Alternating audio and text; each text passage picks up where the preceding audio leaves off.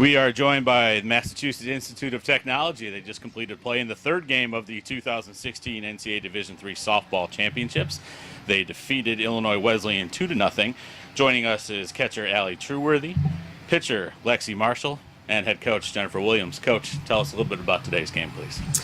You know, this is a stage we've never been on before, so the team was pretty amped coming into it. But they also had a lot of control.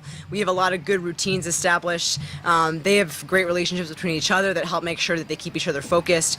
They were definitely a little bit nervy going into the first inning. I told them after the game, I think in some ways the lightning delay actually helped us a little bit. They just broke out a speaker in the dugout, danced around for half an hour, and were pretty settled down by the end of it and ready to play our game. You know, we had some things that didn't go our way throughout it, but this is a team that's used to fighting the entire way through, used to gritting their teeth and getting it done, and that's what they did today, and we're very proud. Well, you led into two places that I was going to go a little bit later, so why don't we just stay there with it right now. You get that lightning delay, you get 41 minutes to settle down the team, and you have a team that every step of the way, the best finish is current, what's happening right now. Tell us a little bit about what you did during that 41 minutes to help take the edge off some of those nerves.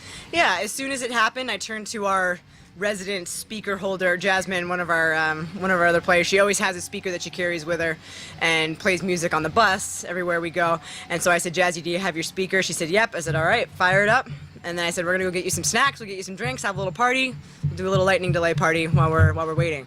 And they were all kind of hanging out, and then she put on the wobble, and our team loves to wobble, so that got them all pretty loosened up. And then, you know, from there on out, they just had a good time with it, and they were ready to go. Well, Lexi, you seemed locked in right from the start. Had a little bend but don't break. You gave up 7 hits, but scattered them around and didn't hurt yourself. No walks, 6 strikeouts.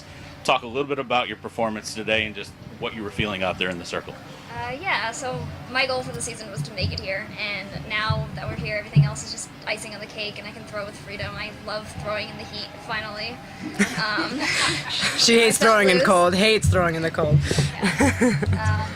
You know, the hits happened, and we were able to work around it, and it felt great.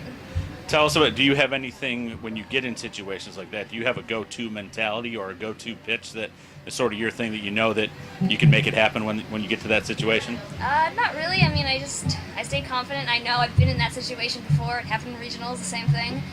Bases loaded, no outs, and yeah, I know I'm able to get it done. Well, the go-to for every pitcher is some good offense, and Ali, you came through with the hit to break it open, and we had a tie going all the way through 0-0 back and forth. I think there were something like 13 runners left on base between both teams. But Ali, you didn't let that happen the second hit you got. Talk a little bit about the situation with that at bat, and then what you were thinking when it hit the grass in the outfield. I've worked a lot on my mindset hitting throughout the season, and when Zoe got walked and I was on deck, I said, don't think of this as pressure, like this is an opportunity. And I don't like to let it depend on luck, and I felt a little unlucky because of the last time I was up, so this time I was going to make it happen. I mean, she was bringing it in for me, so it was just me and the ball, and you know. Coach talked a little bit about how the lightning delay helped take the edge off, but do you think maybe getting that first run on the board, changing that 0 from a 1, helped out as well? I mean, that always helps, especially when you're the away team. It helps everybody on defense. I know it helps Lexi. It helps me behind the plate. It's the difference between winning and losing is that one run. So, of course, it helped. I said to Lex, it might have been after Ali's, after Ali had that hit our runner too. I pointed to Lex out in the mountain. I was like, we're gonna get one for you. We're gonna get it. So just keep throwing. We're gonna get it. And they, you know, they went out there and they got it done. Coach, let's finish up with you here. 2 questions for you.